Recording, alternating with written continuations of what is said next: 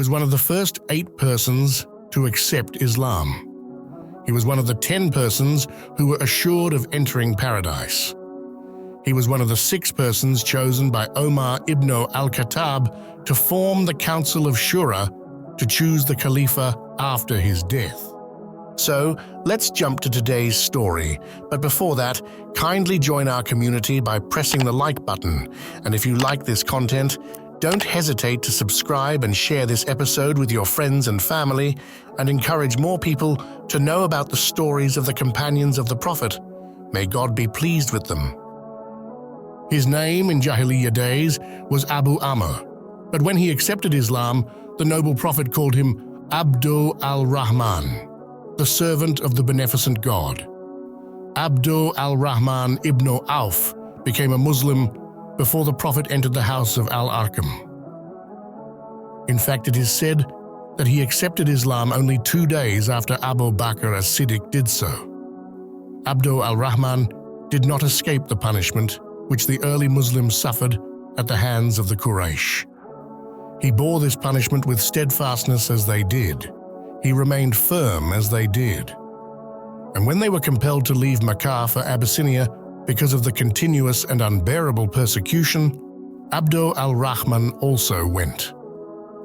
He returned to Makkah when it was rumored that conditions for the Muslims had improved, but when these rumors proved to be false, he left again for Abyssinia on a second hijrah. From Makkah once again, he made the hijrah to Medina. Soon after arriving in Medina, the Prophet, in his unique manner, began pairing off the Muhajirin and the Ansar. This established a firm bond of brotherhood and was meant to strengthen social cohesion and ease the destitution of the Muhajirin. Abd Al-Rahman was linked by the Prophet with Sa'd ibn Rabi'ah. Sa'd, in the spirit of generosity and magnanimity with which the Ansar greeted the Muhajirin, said to Abd Al-Rahman, "My brother, among the people of Medina, I have the most wealth. I have 2 orchards and I have 2 wives. See which of the 2 orchards you like, and I shall vacate it for you, and which of my 2 wives is pleasing to you, and I will divorce her for you." Abd Al-Rahman must have been embarrassed and said in reply, "May God bless you in your family and your wealth, but just show me where the souk is." Abd Al-Rahman went to the marketplace and began trading with whatever little resources he had. He bought and sold, and his profits grew rapidly. Soon, he was sufficiently well off and was able to get married. He went to the noble Prophet with the scent of perfume lingering over him. "Mahyan, O Abd Al-Rahman," exclaimed the Prophet. Mahyam being a word of Yemeni origin, which indicates pleasant surprise. "I have got married," replied Abd Al-Rahman. "And what did you give your wife as mahr?" "The weight of a nuat in gold." "You must have a walima, wedding feast, even if it is with a single sheep. And may Allah bless you in your wealth," said the Prophet with obvious pleasure and encouragement. Thereafter, Abd Al-Rahman grew so accustomed to business success that he said if he lifted a stone, he expected to find gold or silver under it. Abd Al-Rahman distinguished himself in both the battles of Badr and Uhud. At Uhud, he remained firm throughout and suffered more than 20 wounds, some of them deep and severe. Even so, his physical jihad was matched by his jihad with his wealth. Once the Prophet, may God bless him and grant him peace, was preparing to dispatch an expeditionary force.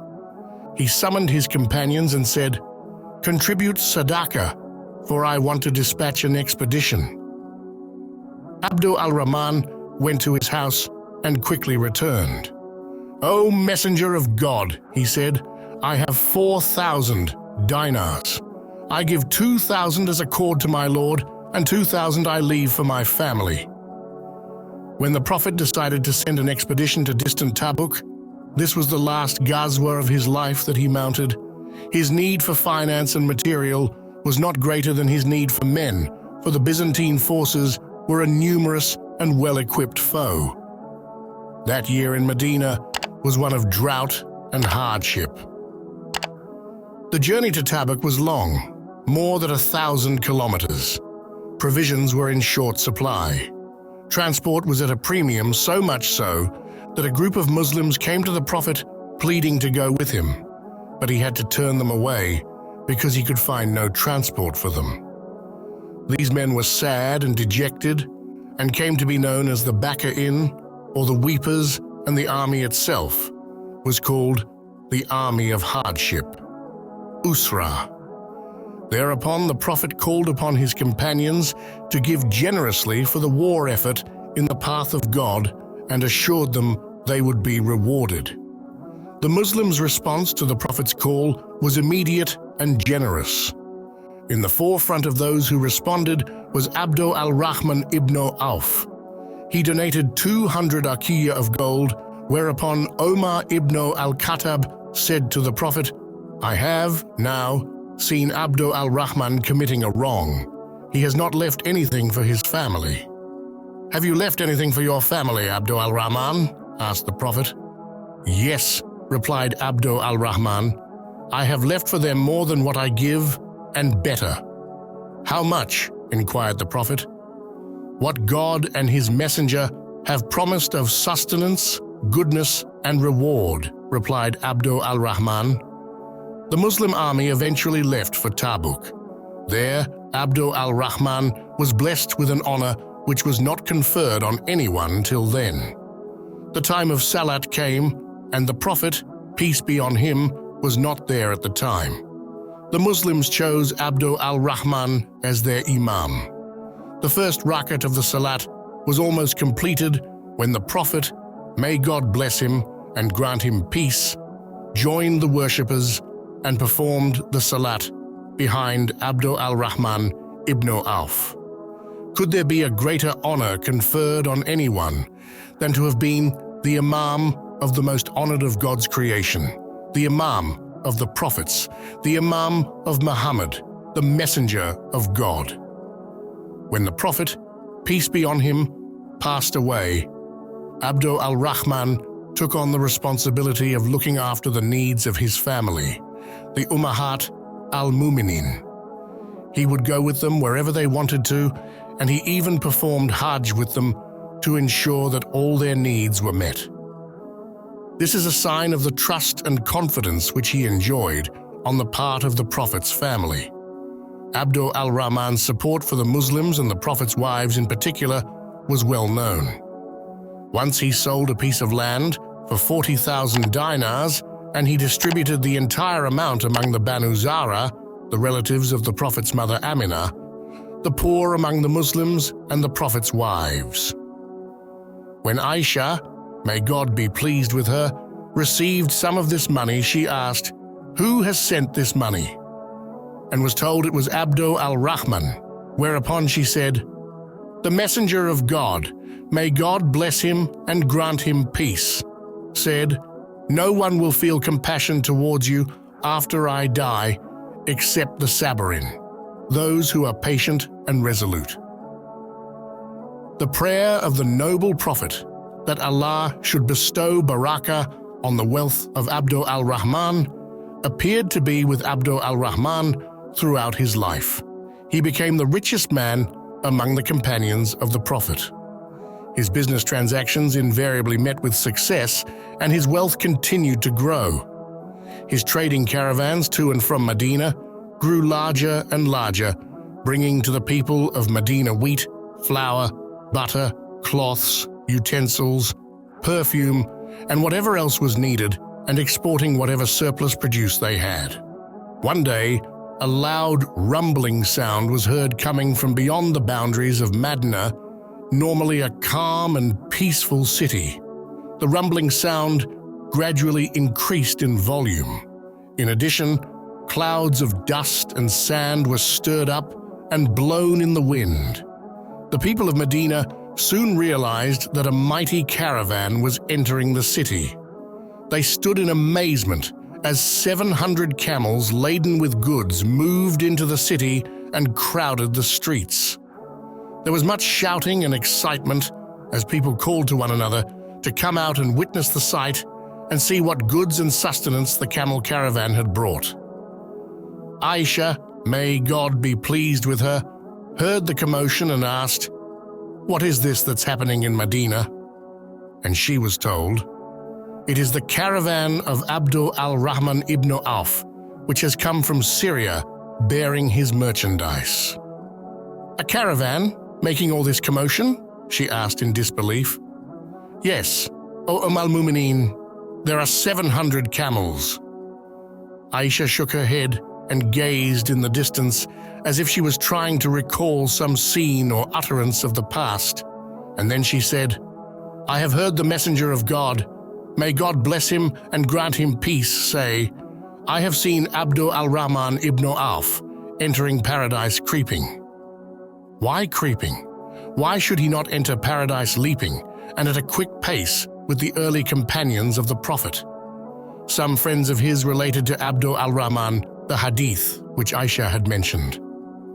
He remembered that he had heard the hadith more than once from the Prophet, and he hurried to the house of Aisha and said to her, "Ya Amma, have you heard that from the messenger of God? May God bless him and grant him peace." "Yes," she replied. "You have reminded me of a hadith which I have never forgotten," he is also reported to have said.